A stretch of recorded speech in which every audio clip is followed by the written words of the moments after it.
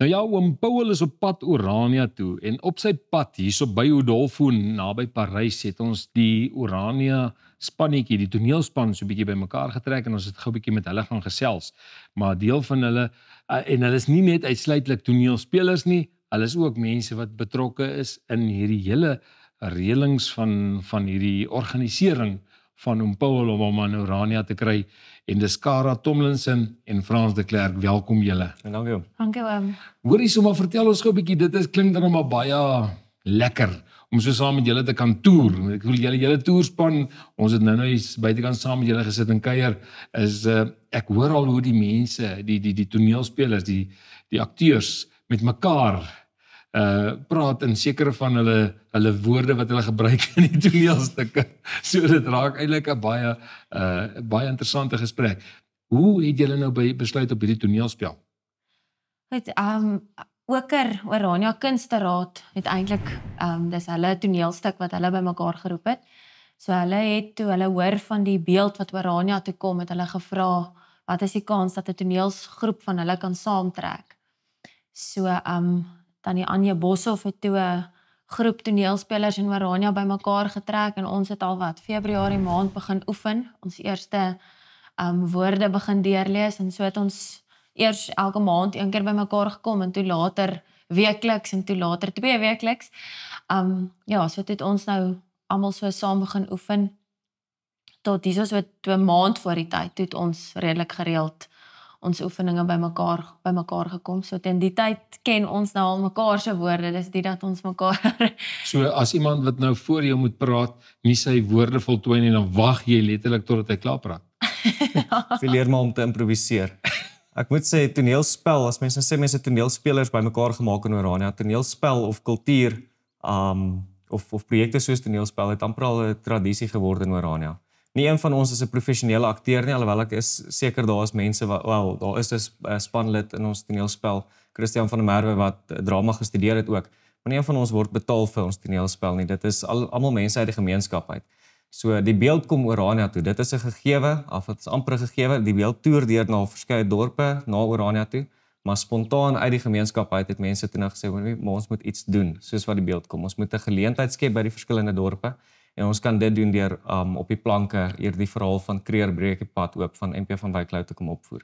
So ekskuus, ek wil net daarop fokus. Hierdie verskillende mense wat die akteurs is, wat die toneelspelers is mense wat ander werke het. Hulle het verlof ingesit, hulle moes aftyd kry, nie net om te oefen nie, maar ook om hierdie 10 dae saam te toer. So ek is baie dankbaar daarvoor. Maar aan die ander kant is dit bietjie 'n gemeenskapsgevoel. Mense wat inkoop om die projek en aktief bydra om hierdie projek lekker te maak vir almal. Hoorie sommer die mense sê daar in Orania het 'n week 10 dae, is dit waar? Hierdie week voel so, ja. Hierdie voel soos 'n Orania week, ja. Nee, verseker. Nee, ek moet vir jou sê, ek is op pad na daai NP van Wyk Lou. Hoe het julle toe nou besluit dat julle die NP van Wyk Lou se toneelstuk Frans gaan opvoer? Kyk, NP van Wyk Lou is mos hy's 'n gekende filosoof, gekende skrywer in die Afrikaner erfenis, in die Afrikaner kultuur. En hierdie is 'n baie belangrike stuk van hom waar eintlik 'n jonger Paul Kreer, die verhaal van 'n jonger Paul Kreer vertel. As 'n mens kyk na die monument wat vervoer word, die monument wat op Kerkplein staan, dan sien mens, dis nie dieselfde monument nie, maar as mens kyk na hierdie 2 monumente, dan sien mens die ouer Paul Kreer, die president Paul Kreer. Maar mens weet minder van die jonger Paul Kreer. En dit is nou die boodskap wat ons oordra.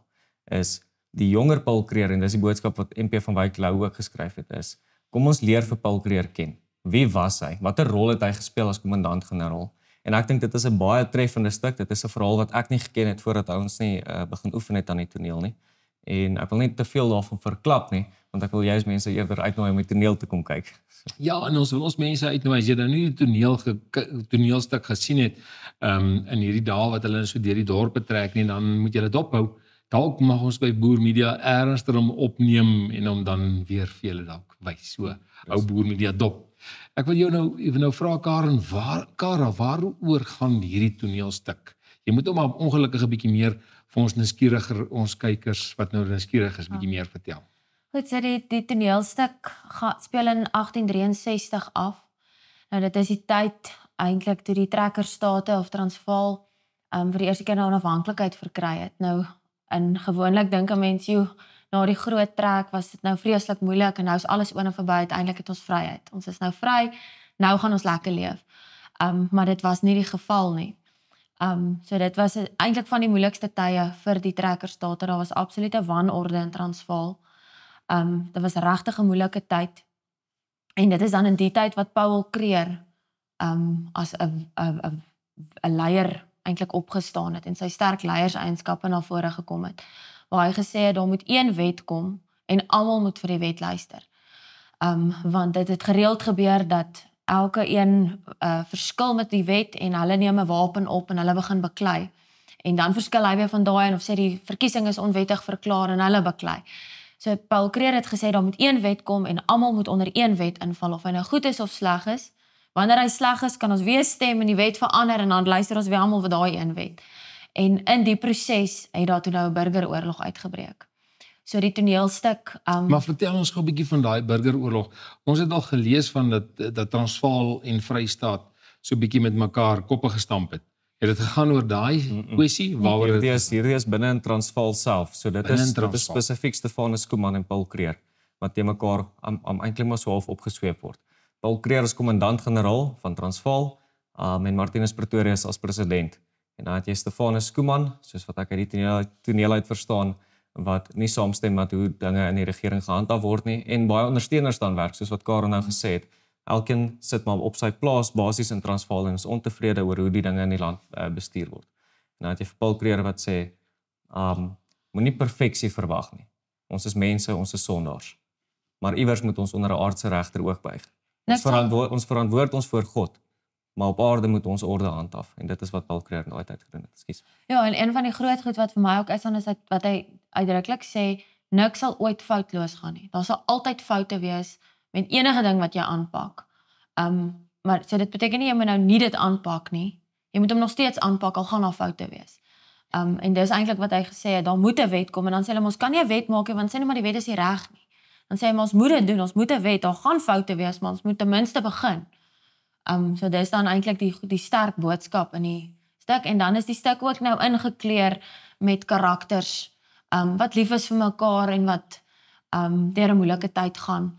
Daaroor gaan ek nou nie veel meer uitbrei nie, want dit maak die toneelstuk dan interessant as jy kyk. Maar die stukkie geskiedenis vra ons, hoeveel van in die burgeroorlog, toe dit nou uitbreek en hulle besluit neem, hulle gaan op mekaar skiet en mekaar maar nou aanvat. Hoeveel is dood in daai tyd? Ek het nie 'n presiese getal nie, maar daar is 'n paar mense wat dood geskiet is. Mense het gesterf in hierdie burgeroorlog. Dit is 'n hartseer verhaal. Miskien juist waarom dit 'n minder gekende verhaal in ons geskiedenis is. Dit is nie lekker om te leer oor hoe jou eie mense mekaar doodskiet nie. Van die karakters in die toneel is ook gebaseer op selfs die name. Dit is werklik die mense wat in daardie tyd geleef het en in daardie burgeroorlog geveg het en dan nou doodgeskiet is ook. So dit was nie 'n groot oorlog waar honderde duisende mense teen mekaar geveg het nie. Inteendeel, ek dink dit was minder as 100 totaal wat oor en weer geskiet het. Maar ek praat onder 'n korreksie. Ek het nou nie self daardie stukkie geskiedenis verder gaan lees. Miskien sal ek nou nadat ons klaar is met hierdie week verder gaan lees, want dit is eintlik interessant. Dit is goed ook om te weet. Ek sê soms, mens lees die Afrikaner geskiedenis van die Kaap en deur die groot trek as 'n reguit lynige gebeurtenis. En ons mis soms waar ons eie mense met mekaar koppe gestamp het, op so 'n groot skaal dat hulle selfs mekaar doodgeskiet het daarvoor. En dit spreek van 'n nederigheid wat ons behoort te hê. Dis die een kant en as 'n mens gaan kyk nou, ek wil dit bietjie meer aktueel maak ten opsigte van dit wat vandag in ons wêreld gebeur. En ons kyk na wat Charlie Kirk ons geleer het om te sê, ons leer om met mekaar te debatteer, met mekaar in gesprek te tree, sodat ons juis hierdie goed kan uitsorteer en dat ons mekaar kan slyp. Ja. Nou kom ek weer terug na NP van Wyk Lou, wat ook gesê het, dat ons moet mekaar slyp in die pad, maar die slyp gaan ernstiger, soos jy sê, die buiteltjies gaan partykeer teen mekaar skuur. En ongelukkig is dit so. As julle nou die konteks, want wat julle lekker maak, is julle kyk met 'n ander bril na die hele Suid-Afrika, wat ons partykeer, of van ons ander jong mense daarna kyk. Gegeewe dit alles wat jy sien, ek gaan met jou begin, Frans, en dan by jou, Kara, wil ek hoor, hoe sien julle die rol van die jong mense in die breë trekke ten opsigte van dit wat ons by Charlie Kirk en by NP van Wyk Lou geleer. Maar ek sal begin deur te sê Charlie Kirk was 'n harde slag geweest, nie net vir Amerikaners nie, vir eintlik die hele westerse wêreld. eintlik vir die konservatiewe wêreld en dan eintlik vir die Christelike wêreld ook. Charlie Kirk, daar was baie by hom te leer en dit is veral jong mense, is veral my generasie wat hom gevolg het en na sy video's gekyk het. Ek dink hy het 'n baie belangrike boodskap oorgedra van hoe belangrik dialoog is. Jy moet jou sê kan sê, maar jy moet ook bereid wees om agter dit te staan. Nie in die geheim praat nie skuil agter simbole of skaduwees of wat ook al. Charlie Kirk het op 'n verhoog gesit en hy het sy sê gesê. Of politieke sisteme nie. Politieke sisteme of so nie. So nee, ek dink ons behoort op te staan en met trots te kan sê dit waaraan ons glo. Maar hou daai dialoog oop. Ons het respek. Ons het die Engelse woord is mutual respect. Wederzijdse respek. Wederzijdse respek vir mekaar. Ons luister vir mekaar, ons praat met mekaar. Maar dit is belangrik, oop dialoog. Voordat ek net vir jou gee, Kara, beleef jy soms dat jy voel dat ons nie in ons eie geleedere baie keer na mekaar wil luister nie, mekaar eerder onder die bus wil gooi? Nee, ek moet sê ek doen daarom nie. Natuurlik, weer eens, soos wat ons in die toneel sê, die stelsel kan nie perfek wees nie, maar as jy perfeksie verwag, dan is jy idealis wat utopies verwag. Maar soortgelyk met Orania ook. Orania is ook nie perfek nie. Dit klink vir baie mense na 'n wonderlike, ek het gehoor mense beskryf dit as die boere Disneyland, verstaan. Dit is alles is perfek of die land van melk en honing. Maar ek voel wel nie dat daai verskille wat ons tussen mekaar het, is verskille waar ons mekaar onder die bus ingooi nie. Inteendeel, dit is juist daai verskille wat dialoog moontlik maak. As ons nie verskil nie, hoe kan ons weet dat ons besig is met die regte ding? So die verskille is my baie belangrik. Ek kry nie die gevoel dat ons mense in 'n situasie is waar daar word so dit is al amper 'n gesegde in die Afrikaanse taal. Afrikaners kan nie saam staan nie. En dit is glad nie die waarheid nie. Dit is nie wat ek beleef nie. Ek het dit nog nooit beleef nie. En inteendeel, dit is omdat ons verskil dat ons kan saam staan. Dit gee my die versekering dat ons met iets werklik besig is. Ek wil net vir ons kykers sê dat Frans is in Orania gebore. Is jy in 'n hospitaal gebore of was jy? Ja, daar was destyds 'n klein hospitaaltjie daar gewees, wat nie nou meer daar is nie. Die gebou is nou tans ons dorpskantoor. So dit is altyd lekker interessant om daar so kan sê, in jou kantoor is ek gebore. Waar daai persoon nou sit. Maar nee, ek is daai tyd in Orania gebore, ja. Kara, in jou siening oor hierdie NP van Wyk Lou, Charlie Kirk benadering van dialoog, ons moet met mekaar praat en ons moet mekaar sluit. Ek dink Charlie Kirk het wat ek van hom af vir myself vat en graag 'n boodskap wat ek dan ook sal wil uitstuur is dat mens moenie bang wees om te sê vir dit wat jy glo nie. Jy moet net leer om jouself reg te verwoord om die boodskap reg oor te dra. Ek dink dis baie keer die geval tussen jong mense. Mens is nie seker wat kan jy nog sê. Jy weet nie wat kan jy sê nie. Jy voel jy wil iets sê, jy voel jy wil iets doen, maar jy weet nie hoe nie. Want jy is so bang as jy iets sê, doen jy dit verkeerd en jy kry gevolge dat jy op 'n plek beland waar jy nie wil wees nie. En ek dink dit is iets wat ek van Charlie Kirk vat om te sê jy moet sê waaraan jy glo. Jy bemoedig weer iemand anders. Jy gee vir 'n ander ou die moed of as jy hand opsteek en sê waaraan jy glo en sterk oorkom, dan is daar eintlik 10 en 20 ander wat dit ook graag wil doen. Hulle het net nie die moed gehad om dit te sê nie. En ek dink as ek by NP van Wyk Lou moet aansluit. Hy het ook baie uitgewys uit die verlede wie in 'n geval op Paul Creer wat bereid was om sterk op te staan vir wat hy ingeglo het. En in daai stadium was hy die rede vir 'n burgeroorlog. En na die tyd kom die tante dan in die toneelstuk na hom toe en sê vir hom, jy's 'n verskriklike wrede mens. Kyk wat het jy gedoen. Hier's mense doodgeskiet vandag as gevolg van jou. Maar hy was sterk oortuig van sy saak en hy het gedoen wat hy moes doen. Hy het sy voet neergesit en het gedoen en op die ou ende was dit goed. So ek dink dis waar ek graag sal wil leer is om as jy in die regte ding glo, nou ja, dit is nou moeilik om te sê wat is die regte ding dan nou waaraan jy glo, maar om die moed te hê om op te staan vir wat reg is. Reg en regverdig. As ons kyk nou na Charlie Kirk, hy het sy geloof eerste gestel en dan uit sy geloof is die kultuur en dan onder dit die politiek en hy het dit duidelik gestel dat die politiek is nie die enigste oplossing vir die mens nie. So jy moet die kultuur in plek kry en jy moet jou geloof in plek kry, dan weet jy daai drie kan saam ingeweef wees in mekaar. Ons kry amper of sulke boodskappe ook by NP van Wyk Lou as hy filosofeer oor dit, dat hy sê ons kan nie die goed losmaak van mekaar nie. En daarom is die identiteit wat ons dan vorm. Dit maak nie van ons slegte mense nie, dit maak van ons eintlik mense wat weet hoe ons deur die lewe kan gaan en dis daai mense wat eintlik groot respek het vir ander mense, ander kulture en ander volke rondom hulle. Op daardie punt, dit is juist wat oom nou sê. Charlie Kirk het die vermoë gehad om 'n argumenterende vraag te beantwoord uit die Bybel uit. En dan uit 'n politieke oogpunt uit of uit 'n kulturele oogpunt uit of hoe ook al. En dit is ek dink dit is een van die grootste lesse wat ons van sy sprekerstegniek kon leer, is om met selfvertroue uit jou geloof uit te antwoord. Ek dink ons het in 'n moderne samelewing, ek hou nie van, maar terwille van verduideliking sal ek nou maar hierdie woord gebruik, maar ek hou nie van die woord nie. Maar in 'n moderne samelewing het ons skaam geword vir ons geloof. Ons antwoord eers op 'n politieke vlak. Korrek. Hierdie is waarom ons dit moet doen, want dis beter vir Suid-Afrika. Ons gebruik die term politieke korrektheid. Presies. Maar om selfvertroue te hê in jou geloof, dit is iets wat ons nie meer so baie sien. Want jy 'n politieke vraag uit jou geloof uit antwoord. Een van ons vriende in ons boermedia kringe praat gereeld van ons. Hy sê ons het kulturele selfvertroue nodig. En ons moet heeltyd werk aan kulturele selfvertroue. Nou as ek nou boermedia kan opsom, dan wil ek sê dit is wat ons poog. In boermedia, kulturele selfvertroue wat vir jou 'n identiteit gee. Met 'n identiteit kan jy werk. Saam met iemand wat 'n identiteit het, kan jy mee werk. Kan met hom met pad vorentoe gaan. Ek wil vir julle sê, julle moenie ophou wat julle doen nie. Inteendeel, word eerder nog sterker Charlie Kirks. En ek bedoel dit in die goeie sin van die woord, want ek dink ons het dit nodig. Ons het dit nodig op sosiale media, ons het dit nodig in die media, ons het dit nodig in ons kultuur. Oral waar ons gaan, julle moet aanhou om dit te doen, en as julle kan, probeer nog meer jong mense.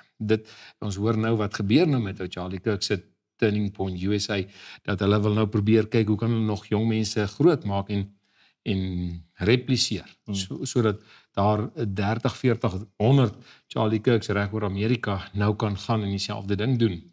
En eintlik wil ek sê, julle moet dieselfde doen in ons volksgeleedere. Aanhou doen wat julle doen in die volksgeleedere. Het julle 'n spesifieke boodskap? Kara, nou gaan ek by jou begin. Het jy 'n spesifieke boodskap wat jy vir die jonger generasie, en dan wil ek 2 groepe uitsonder. Die eerste groep is 'n groep wat nog glad nie volksbewus is nie, en die groep wat bewus is, maar wat nie weet waarom aktief en betrokke te wees nie. Daar is eintlik nogal 'n punt wat ek ook gedink het ek graag sou wil aanraak. En dit is mense of jong mense neem baie keer nie deel nie of is nie deel van iets nie oor hulle 'n rede het hoekom hulle nie deelneem nie, maar baie keer oor dat hulle bloot net nie weet daarvan nie. Hulle beweeg nie in kringe waar hulle weet van iets waar hulle betrokke kan raak nie.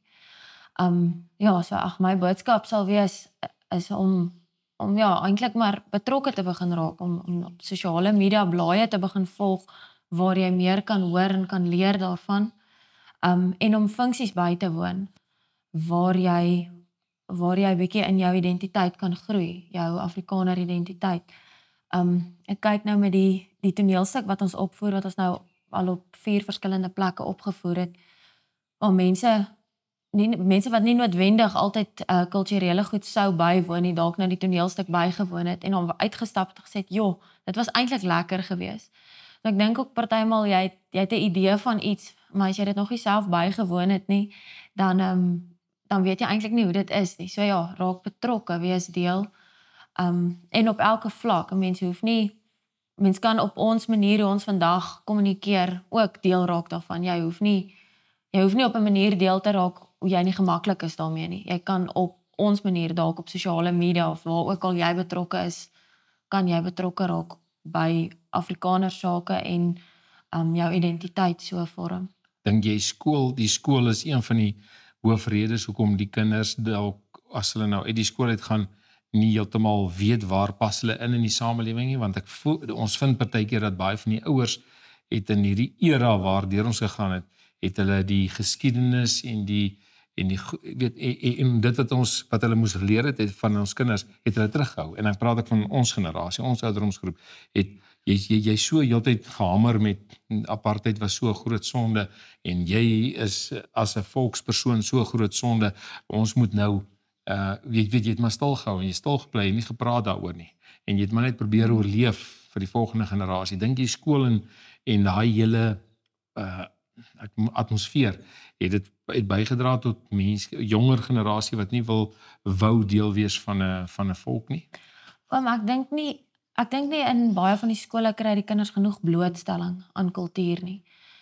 So dis eintlik 'n deel wat net afwesig is in jou lewe. As jy uit die skool uitgaan, dan het jy 'n baie streng akademiese program op skool, jy het 'n streng sportprogram en dalk as jy in 'n kultuurprogram deelgeneem het, het jy oor die algemeen aan drama en musiek en so deelgeneem, maar nie volkskultuur nie. Jy het nie regtig blootstelling daaraan gehad nie, so jy soek dit ook nie op na skool nie, want jy weet nie daarvan nie. Was jy in 'n staatskool of in 'n CVO skool? Ek was in 'n CVO skool, so ek het dit nou nie so beleef nie. Maar jy praat want jy weet wat gebeur in staatskole. Ja, ek het baie vriende op universiteit en kennisse wat wonderlike vriende van my is, wat net nooit die blootstelling gehad het nie.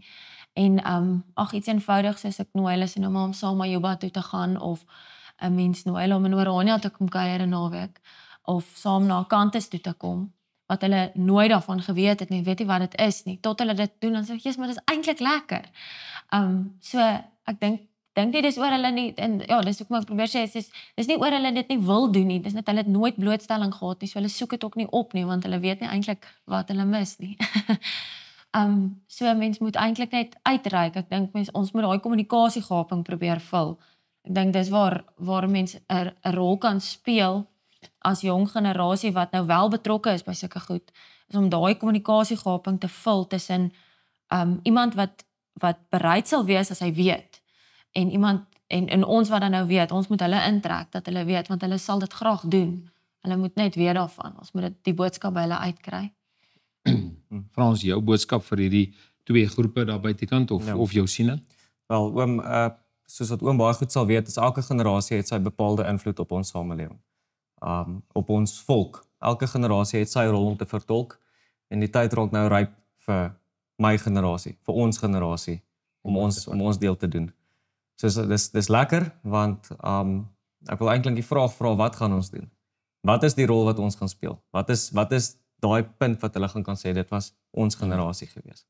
Wat gaan ons bou? Hoe gaan ons generasie identifiseer binne die Afrikaner volk?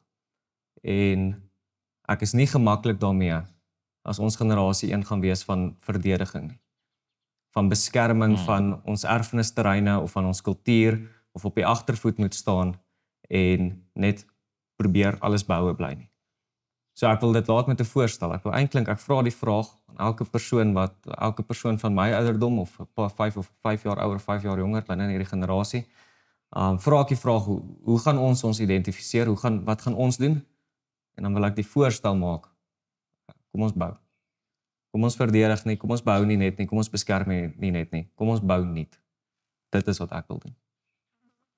Nou met sulke pragtige mooi boodskappe van hierdie pragtige jong mense, dink ek elkeen van ons wat hierso kyk kan dit definitief, as jy as 'n ouer hierna kyk en jou kinders is jonk, hoërskool of uit die skool uit, laat hulle hierdie onderhoud weet kyk en laat hulle gesels met hierdie mense.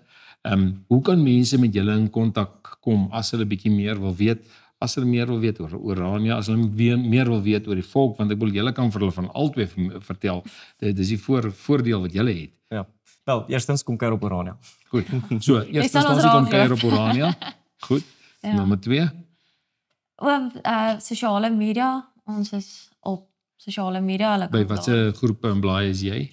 Ek is nou by die FHK betrokke, so ek is die FHK Noord-Kaap. FHK Noord-Kaap. Belangrik, FHK Noord-Kaap. Julle sal ook sien van al die FHK Facebook bladsye is hierdie net die meeste volgers.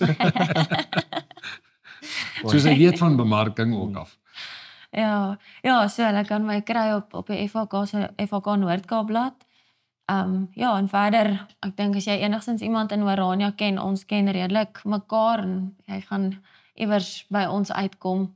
as jy in Orania kom kuier of iemand ken, kan hulle na ons verwys. En Frans, ek gaan hom nou maar dat hy vertel. Kan baie vertel, maar Frans, ja, jy doen ook goeie werk op sosiale media. Ja, dankie. Ja, mense kan ons volg op die Orania Beweging se Facebookblad. Eenvoudig net Orania op Facebook. Besoek www.orania.co.za en dan het ek ook 'n blad, Frans de Klerk Orania Beweging op Facebook, op Instagram, op TikTok. Ek weet baie van ons is op TikTok en dan Frans de Klerk op X, voorheen geken as Twitter. Nou, watter van hierdie blaaie bevind jy kom jy agter is die jong mense? TikTok en Instagram veral. Interessant vir my So dis Instagram, is nie Instagram nie. Wel, dis 'n Engelse naam, die Engelse naam. Ek word altyd geraas met my seun as ek sê Instagram. Instagram. Sê julle daarom bakkiesblad in plaas van Facebook. Goed. Instagram veral en dan moet ek vir ons mense sê op TikTok. Ek is nie vreeslik op TikTok nie, maar ek het my blad daarso waar ek gereeld inhoud deel, maar die demografie lyk vir my asof daar meer, hoe sal ons sê, anti-Afrikaner kultuur mense is op TikTok. So ons het 'n bietjie 'n paar ouetjies nodig om te kom help verdedig op daardie front. Maar op Facebook en TikTok en ook inhoud te skep. Eintlik is inhoud te skep, om deel te neem aan die dialoog. Dit is eintlik wat ons oor gepraat het. So moenie bang wees nie. So daar sê ons jong mense wat ook hierna kyk, asseblief as julle nog op TikTok is, gaan gesels, weet word ek wil amper sê 'n peloton en gaan help mekaar daarso, want ons het mekaar nodig daar op sosiale media. Ons moet ongelukkig op sosiale media beïnvloeding gebruik om mense te kan laat verstaan wat is kultuur en dis meer. Ja. En te wys ons gesels oor die dinge. En dis lekker ding om oor te gesels. Dis die moeite werd. En ook ons wil gesels oor die dinge. Ons wil nie baklei en mekaar slaan en te kere gaan nie. Ons wil juis praat. Precies. Ons wil hierdie volk bou van binne af. Presies. Dan wil ek vir julle sê baie dankie vir wat julle doen. Ons kyk uit vir julle op Orania. Ons gaan die 10de Oktober gaan ons vir julle kom kuier. Dan gaan ons kyk of ons daai toneelstuk van julle kan opneem. Dan het ons nog 'n monument gebou. Dan het julle alweer 'n monument gebou. Wat gebeur net so vinnig Frans op die 10de Oktober? 10de Oktober die amptelike onthulling van Paul Kruger se monument op Orania. Lekker feestelikheid wat daar aan die gang is, gratis, so enigiemand wat wil kom kyk na die monument kan kom kyk. Enigiemand wat aktief wil deelneem en 'n mede-monumentoprigter wil wees, kan ook so maak deur www.orania.co.za te besoek. Daarso verkoop ons stene in hierdie monument. En ons gaan tot met 10 Oktober steeds stene verkoop vir hierdie monument.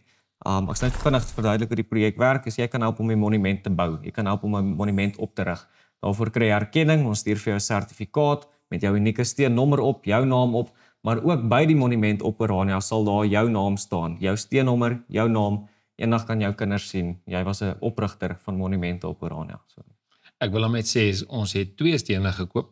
Ja, Boermine het lekker ondersteun. En ons gaan seker maak dat ons dit die 10de Oktober, Joos het gesê, hy gaan nie vir ons opbring nie, ons moet dit gaan haal. Ja. So dan gaan ons maar af onder toe, dan gaan ons dit maar haal, ons sertifikate. Ons gaan dit haal daar.